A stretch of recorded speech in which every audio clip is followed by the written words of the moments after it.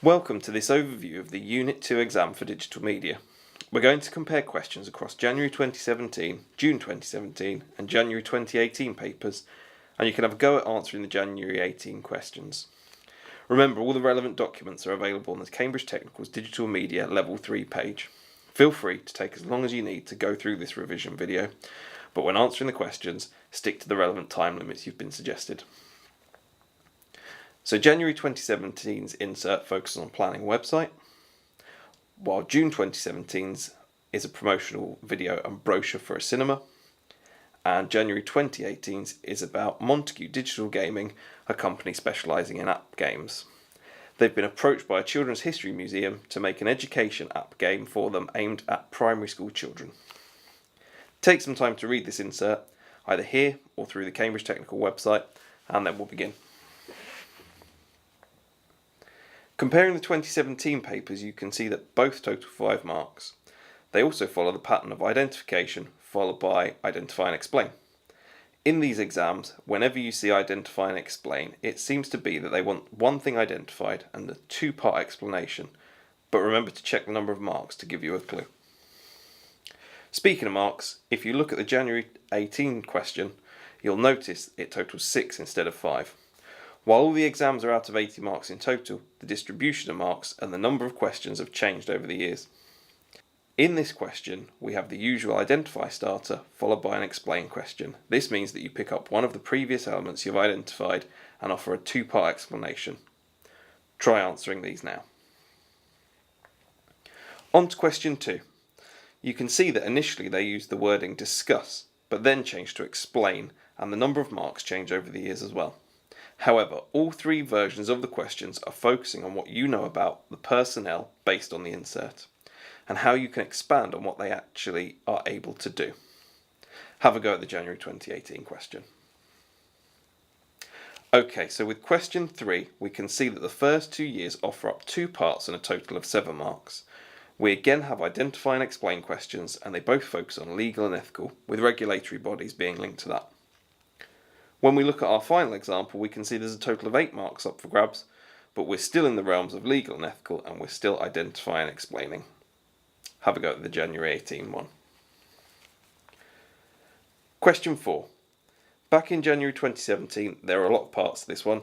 With a total of 15 marks, the questions focused on research and its relation to age.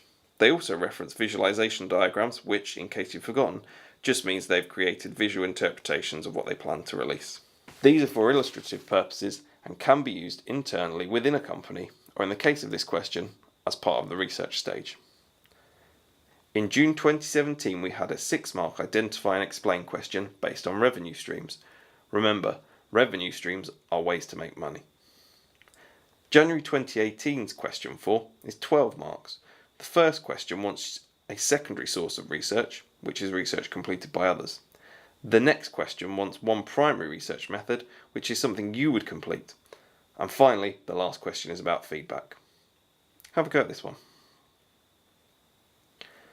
January 2017's question 5 is worth 9 marks, and they're both identify and explain. They relate to development and planning. In June, question 5 was worth 6 marks. They use target audience and only use the word identify, but you can tell from the marks they want some explanation. Stick to the style we've adopted throughout if the current exam follows this style. January 2018's question is a little different to what we've experienced so far. It wants you to identify, but also evaluate and compare. It's worth 8 marks, and the mark scheme views this as a long form answer, splitting the marks into 3 levels, with level 3 using keywords like excellent, specific and thorough.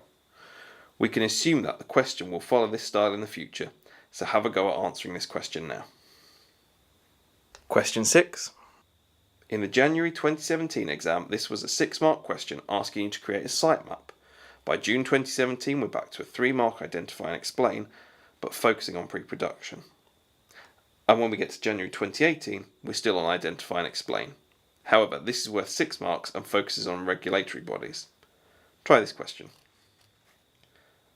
Question 7. For the January 2017 paper, you were given 8 marks for creating a draft storyboard, while in June 2017 we had a 9-mark question for a 2-part identify and explain. Part A focuses on identifying and explaining a task for David and a task for Michelle, and Part B asks you to explain how you could help with Michelle or David's task. January 2018 returns to a more creative element, asking you to design a level for the app game via a mind map. As always, with these more creative questions, you focus on content, fitness for purpose, and justification of planning through annotations. The mark scheme advises to award 2 marks for content, 3 marks for fitness for purpose, and 3 marks for the justification of planning, giving you 8 marks in total. Try this one now. January 2017 ended with question 8, and it asks you to evaluate the effectiveness of using visualization diagrams for planning. It's worth 20 marks. If something like this comes up again, remember that they're expecting quite a detailed answer, where you look at both sides and end with a definite conclusion. In the mark scheme, this is also a question where spelling, punctuation and grammar are explicitly marked. In June 2017, we returned to a create question, where you draft a page from a brochure with content, fitness for purpose and justification through annotations all needed. Note that this is 10 marks and the mark scheme splits this against a 3-3-4 in the bullet points listed. You're going to have a go at January 2018's question, creating a visualization for the home screen of the app game. There are 3 marks for content, 2 for layout and 3 for fitness for purpose. In June 2017, question 9 was a 10 marker asking you to create a script with 4 marks for content, 2 marks for layout and 2 marks for fitness for purpose.